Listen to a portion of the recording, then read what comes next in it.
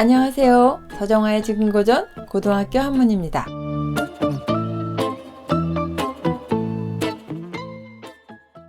과전 불남리하고 이하 부정관 하니라. 오이밭에서는 신끈을 고쳐 매지 말고 오얏나무 아래에서는 갓을 바로잡지 않는다. 단어 보겠습니다.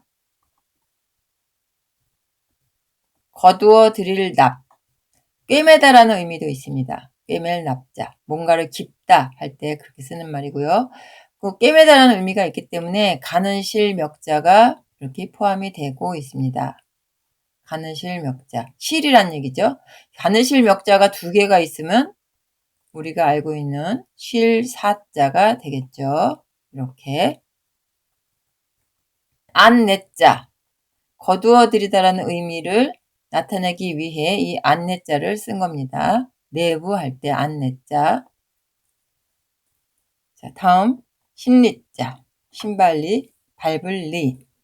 이거는 주검시하고 회복할 복, 돌아갈 복자 이 두 가지로 구성이 되어 있습니다.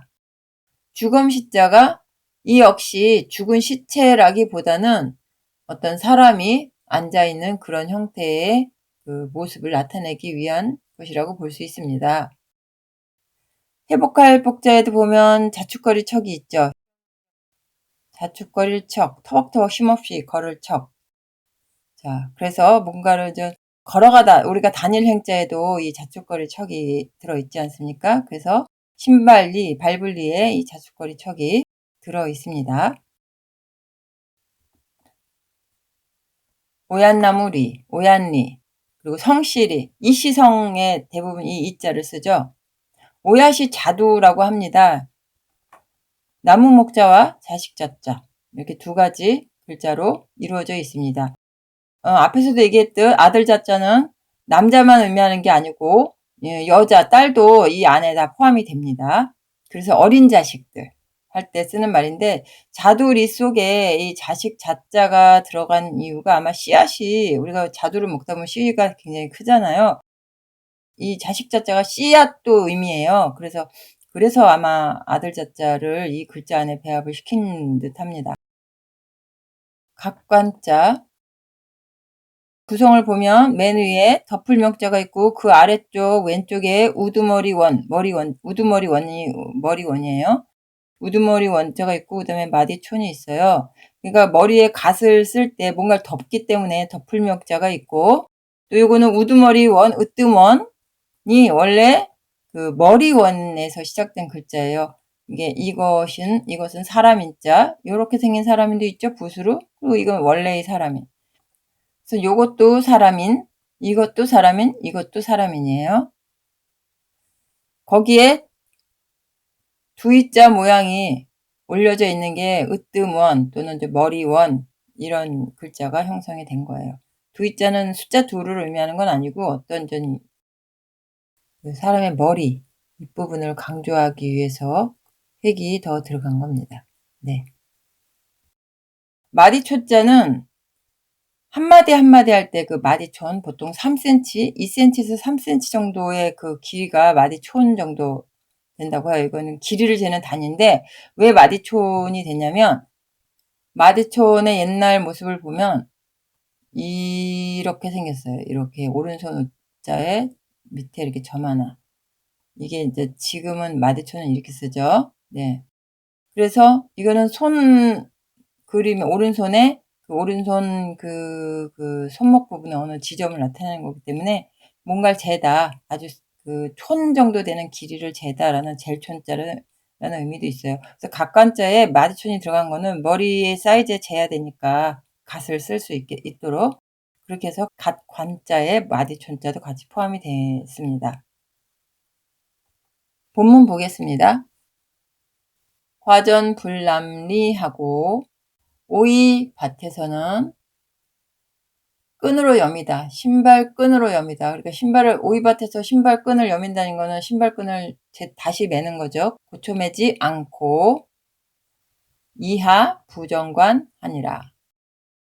오얏나무, 그러니까 자두나무 아래에서는 갓을 바로잡지 않는다. 이런 행동을 하면 오해받을 소지가 큰 거죠. 이 글은 소통의 문선에 편집이 되어 있는 내용입니다. 소통은 중국 양나라 소명태자의 이름입니다.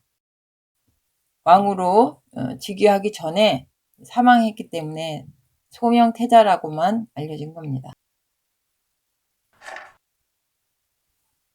부자 자효하고 형우 제공이라. 부모는 자애하고 자식은 효하며 형은 우애하고 동생은 공경한다. 단어 보겠습니다. 사랑할 자, 자애롭다 할 때 자자입니다. 사랑할 자자를 분석을 해보면 무성할 자 그리고 마음심으로 구성이 되어 있습니다.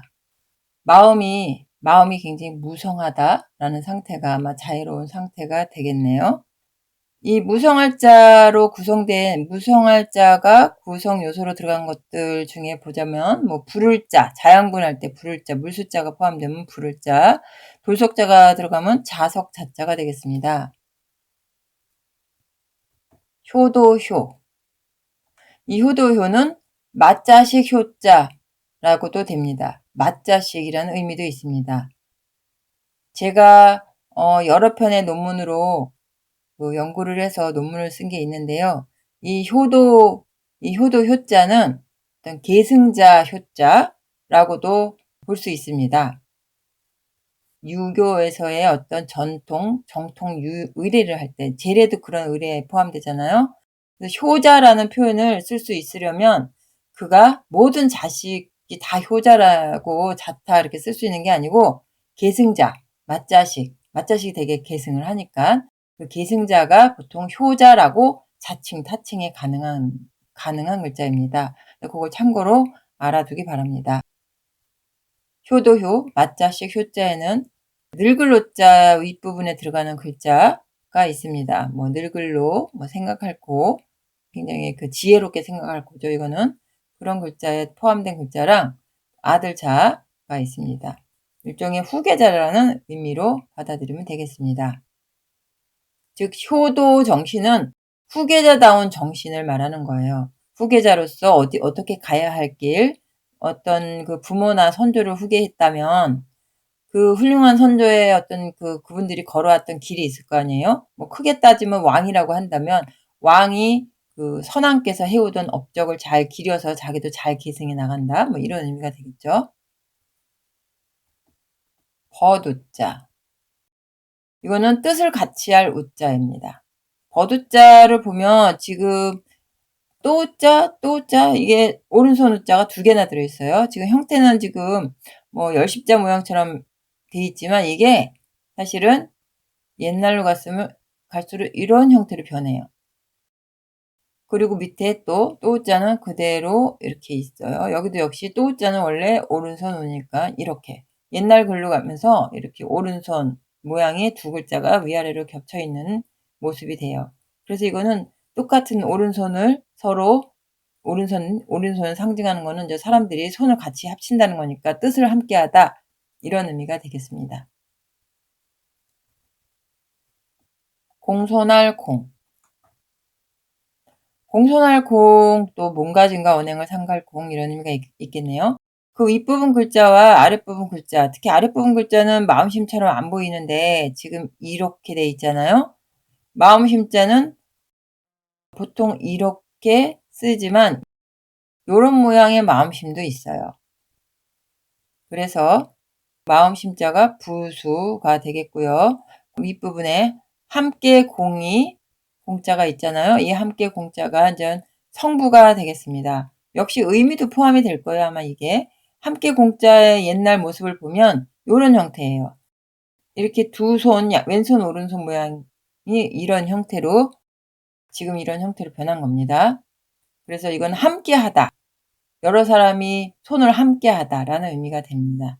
이 윗부분은 이렇게 생긴 부분이 사실은 스물 입자, 20명을 의미하고자 한 것 같아요. 스물 입자입니다. 20, 뭐 20, 30, 40 할 때 20. 열십자가 이게 두 번을 하면 20이 되잖아요. 열십자에 요게 약간 이렇게 꺾여진 거예요. 살짝 요렇게. 뭐 이쪽이 꺾여졌는지 아니면 여기에서 이렇게 꺾여졌는지 아무튼 이게 스물 음은 입이라고 발음을 합니다. 어쨌든 여기서는 중요한 건 아니고 그렇지만 이런 스물 입자가 한자 요소에서 굉장히 많이 들어가니까 참고로 알아두면 좋겠습니다. 그래서 함께 공자와 마음심이 합쳐진 게 공손할 공자가 되겠습니다. 몸가짐과 언행을 삼갈 공 이렇게 되겠습니다. 본문 보겠습니다. 부자 자효하고 형우 제공이라. 부모는 여기서 아비부자만 썼지만 부모라고 해석을 해야 됩니다. 부모는 사랑해준다. 자식은 효도한다. 상대적인 거죠. 부모가 사랑해주고 자식은 효도를 하고 상대 관계로서 표현한 거고 형은 우애를 해주고 또 아우는 형을 공경해주고 이런 형태로 쓰인 글자입니다. 자, 부자 자효하고 형우 제공이라. 부모는 자애하고 자식은 효하며 형은 우애하고 동생은 공경한다. 이 글은 여러 전적에서 많이 등장합니다. 세종실록에도 나오고 주자어려에도 나오고 치평요람이라는 조선 초기에 작성된 그런 책에도 나오고 진덕수의 서산문집에도 나오고 뭐 그 외에도 굉장히 많이 있어요. 어느 한 세계만 있다라고 말할 수는 없습니다. 중세시대의 아주 대중 포스터, 뭐 캠페인 이렇게 봐야 되나요? 아무튼 그렇습니다. 다음 보겠습니다. 건처 아와하고 슥처 모면이라. 마른 곳에는 아이가 눕고 젖은 곳에는 어머니가 눈을 붙이시네. 단어 보겠습니다. 마를 건, 하늘 건. 마르다라는 의미도 있고 또 하늘이라는 의미도 있습니다. 하늘 건자를 자세히 보면 아침 햇살 두루 비칠 간자가 있어요. 지금 이게 사람인처럼 보이지만 사실은 여기에 있는 해일자가 먼저 있고 해일자가 있고 뭐 이렇게 이 위아래 열십자는 이제 햇살이 비치는 그런 모습이고 이거 사람이는 원래 이렇게 생겨서 뭔가 좀 쫙 펼쳐지는 그 형태, 사람을 의미하는 건 아닙니다. 그런 형태로 그려진 거고요. 아침 햇살 두루 비칠 간은 성부를 나타내서 이 글자가 이제 하늘 건이라는 소리, 음을 갖게 됐습니다. 또 이 아침 햇살 두루 비칠 간자가 들어간 거는 줄기 간자가 있어요. 줄기, 나무줄기간, 그리고 글 한자도 있어요. 글 한자는 아래쪽에 기우가 같이 섞여져 있죠. 네. 글 한자는 이제 편지 한자도 되고 높이 날다 이런 의미도 있습니다. 다음 고처, 뭐뭐에 처하다, 뭐 어디에 거주하다 할 때 고처. 고처는 호피무늬 호자, 그러니까 호랑이 가죽무늬 호자와 뒤쳐져 옳지 안 섞게 이렇게 세 가지 형태로 구성이 되어 있습니다. 이거는 곧이라는 의미는 나중에 파생된 의미로 보입니다. 굉장히 많은 한문에서 첫자가 많이 나오니까 기억을 해두는 게 좋겠습니다. 누울 와자, 엎드릴 와자. 이거는 신하신과 사람인으로 구성이 되어 있습니다.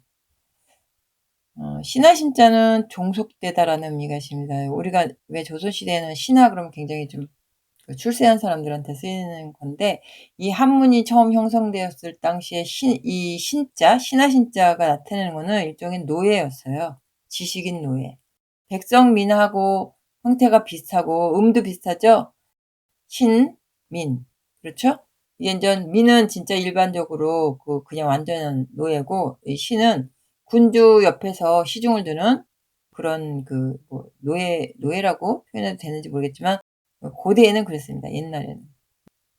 그래서 이 누울 와자에 보면 이게 그냥 발라당 눕다라기보다는 이제 엎드려 있다라는 의미가 더 강한 그런 글자입니다. 다음 잠잘면자를 먼저 보겠습니다. 잠잘면자에 백성민이 들어있네요. 예, 눈목자가 있고 그러니까 미는 백성민자는 성부를 나타내요. 면이라는 성부. 성부를 나타내는 거는 그 소리가 완전히 똑같은 건 아니고 받침이 같거나 모음이 같거나 자음이 같거나 하는 걸 성부를 나타낼 때 이제 그렇게 유사성을 찾습니다. 한자가 만들어진 건 다 체계적으로 그 체계화를 하면서 만들었기 때문에 성부를 맡은 부분, 의미를 맡은 부분 이렇게 구분이 됩니다. 잠자면 눈을 감고 하는 거니까 눈목자가 의미부로 들어간 거예요. 젖을 습자. 젖을 습자는 당연히 물에 젖었으니까 물숫자가 들어있어요. 물숫자가 있고 그 오른쪽으로 드러날 현, 밝을 현 이 글자가 있습니다. 드러날 현자 윗부분은 해일자예요. 태양. 해일자. 해일과 실사가 같이 합성이 된 거예요. 실을 이렇게 실뭉치예요. 이거 실뭉치를 태양 아래에다가 이렇게 말리고 있는 그런 형상이라고 합니다. 다 드러내놓고 말리는 거죠. 실뭉치는 그 비단을 누에고치가 뽑은 그런 실을 말하는 거고요. 그 물에 적셨다가 말리고 하는 그런 과정이 있었기 때문에 아마 이런 글자가 나온 것 같습니다. 어쨌든 지금은 이 자체가 이제 드러나다, 밝히다, 드러날 현자로 쓰여 있고, 드러날 현자하고 젖을 습자하고는 성부는 맞지는 않는 것 같아요. 그렇죠?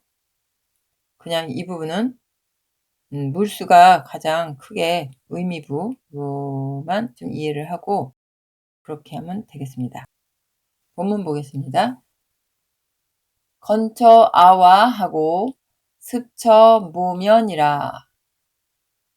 건처 마른 곳, 즉 마른 자리는 아이가 눕고 습한 곳에는 어머니가 잠을 주무신다. 건처 아와하고 습처 모면이라. 마른 곳에는 아이가 눕고 젖은 곳에는 어머니가 눈을 붙이신다. 이 글은 부모 운중경 안에 있는 글인데요. 부모 운중경은 그 유교의 효사상을 불교에서 수용한 그런 대표적인 경전이라 할 수 있고 정통의 경전은 아닙니다. 이 부모 운중경은 그 불교가 중국에 들어오면서 중국화하기 위해서 새롭게 만들어진 경전이에요. 그러니까 정통의 또 본원적인 불교 경전이라고 보기는 어렵습니다. 사실 불교에서는 그 모든 걸 속세의 모든 걸 버리고 출가를 하는 것이 가장 이상적인 그 삶이라고 하는데 유학에서 그 모든 인연의 그 가족 하다못해 부모 자식 간의 인연을 끊고 출가를 한다라는 거는 유학 사상에서는 있을 수 없는 거거든요. 그래서 세상의 인연을 끊고 출가하는 사람이 효사상을 받아들였다. 이거는 사실은 불교 그 본원적인 사상하고는 배치가 되는 거예요. 그렇지만 불교가 중국이나 이런 동양에 들어와서 정착하는데 그 당시에 이미 만연돼 있고 일반화돼 있던 유학 사상을 유교 사상을 내면화해서 받아들임으로써 불교가 토착화되는 데 굉장히 큰 도움이 됐을 거라고 판단이 됩니다. 어차피 출가를 해서 성불하는 걸 가장 큰 이상으로 삼지만 모든 사람이 다 출가를 할 수 없으니 또 일반인들 많은 사람들은 우리 일상에서의 그런 삶의 가치, 도덕성의 가치 이것도 중요하기 때문에 불교가 그걸 인정하고 받아들여 준 거라고 볼 수 있죠.